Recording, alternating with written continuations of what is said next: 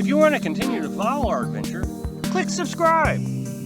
So you don't miss anything, click the bell notification. Well, here it is, West Texas, May 31st, almost June 1st, almost summertime here in West Texas. And I'm telling you, boy, it's a scorcher of a day. Whew, man, here it is. It's almost, it's 11:30 right now, and we're at a whopping 67 degrees. Yeah, it's West Texas has been a nice surprise for us. It gets down into the 50s at night. It's been real pleasant. Who would have thought would be this cool in Texas? Well, I think I figured out why. I'm sure it's going to get hotter in July. I'm sure somebody's going to tell me, "Oh my gosh, Rob, you're crazy." I forgot a sweatshirt on because it was a little chilly this morning. I'm about ready to take it off. We're up in elevation, about 3,500 feet here in West Texas, and I guess that's why it's so cool. When you compare the average temperatures month for month from here to Dallas, it's much cooler here. So this is a city park that allows you to camp here for free, with free electric and free water. As a matter of fact, they do this in Nebraska also. Most of the city parks in Nebraska have camping. A lot of them have electric and water. One of them actually had Wi-Fi. These things really lighten my spirits for some reason. Just being able to take a break from the realities of the lifestyle, constantly boondocking, constantly, pushing your way through bad weather, constantly doing this this has been real relaxing. So, lots of neat surprises. I see a bird that I've never seen before, called a grackle. Carolyn and I have renamed it the roe, and we're not sure on the spelling yet, but I think we're going to call it the R-O-O-W. And it's a cross between a rooster and a crow. It's black like a crow, but it has a tail, just an amazing looking tail, huge long tail. Looks like a rooster tail maybe. That's the noise it makes right there. I don't know if you heard it. And you don't get a lot of nice surprises in the National Forest. You kind of know what to expect. The one surprise I do remember in the National Forest was at the George Washington National Forest. We were in the Smoky Mountains at Wolf Gap. But when we got to the top, man, I didn't expect to see what I saw. It was just this huge, beautiful overlook off the mountain. I mean, we were on top of the mountain. And so that was a nice surprise. Most everything else I've kind of expected. So the National Forest and the BLMs and all that, I mean, they're so, national parks, they're so well advertised that everybody kind of tells you what to expect. When we went to the grasslands, I knew exactly what to expect. We actually got there late.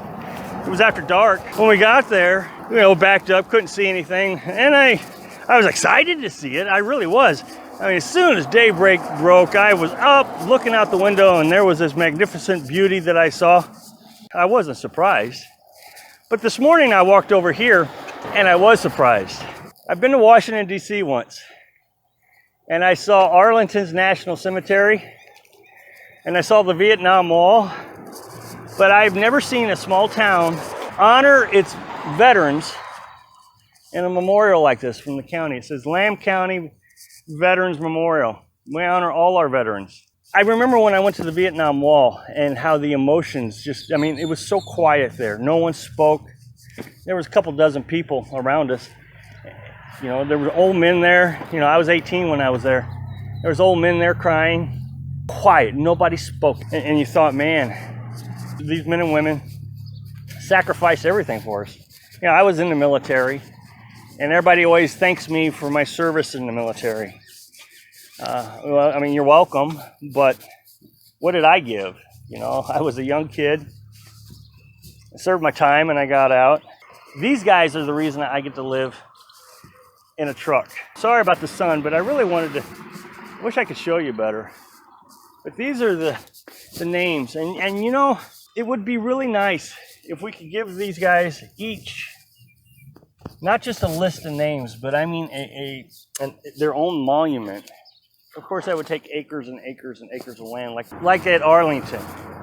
But at least this county has decided to honor its soldiers and sailors and Marines and Air Force. I don't know if there was Air Force in World War I, but here we started with World War I, 1917 to 1918. And then you come to the backside and it's continued. World War I, it's continued, and then it comes down here to World War II, 1941 to 1945. And you just walk by each, I'll walk on the outsides, and you just, each one of these monuments. What a fantastic surprise this was. I spent about an hour here just trying to read some of the names. Now see, we have one panel, you know, front and half of a back of World War I, but everything that I walked by since, all these panels, starting at the first one, walked all the way by these. These are still World War II. And then you go to the front side of these panels, and you got all the World War II here still. And then you go to the back side of these panels, and you still got World War II, World War II, World War II. And then finally, we go into the Korea War. So we got 1, 2, 3, 4, 5, 6, 7 panels. So 16 front and back, if you look at it that way. About 17 panels of World War II, and then we get into the Korea War. A lot of people lost their lives. Now this is all from one county. And so you see more Korea, and then it goes into Vietnam. And again, Vietnam, I always thought Vietnam, we lost a lot of folks. I don't know, maybe this county was just hit hard with World War II. I don't know the facts of this, but it appears based on this memorial that this county lost a lot more folks from World War II than they did from any other war. One monument for Vietnam. So then it goes into peacetime service, and then Desert Shield, look at that. And then the War on Terrorism, 2001. And then you only got, what, 3/4 of a column here. Thanks for coming out here with me. Keep these guys in your hearts, in your prayers. So thanks for watching. Click like if you like the video, and happy travels.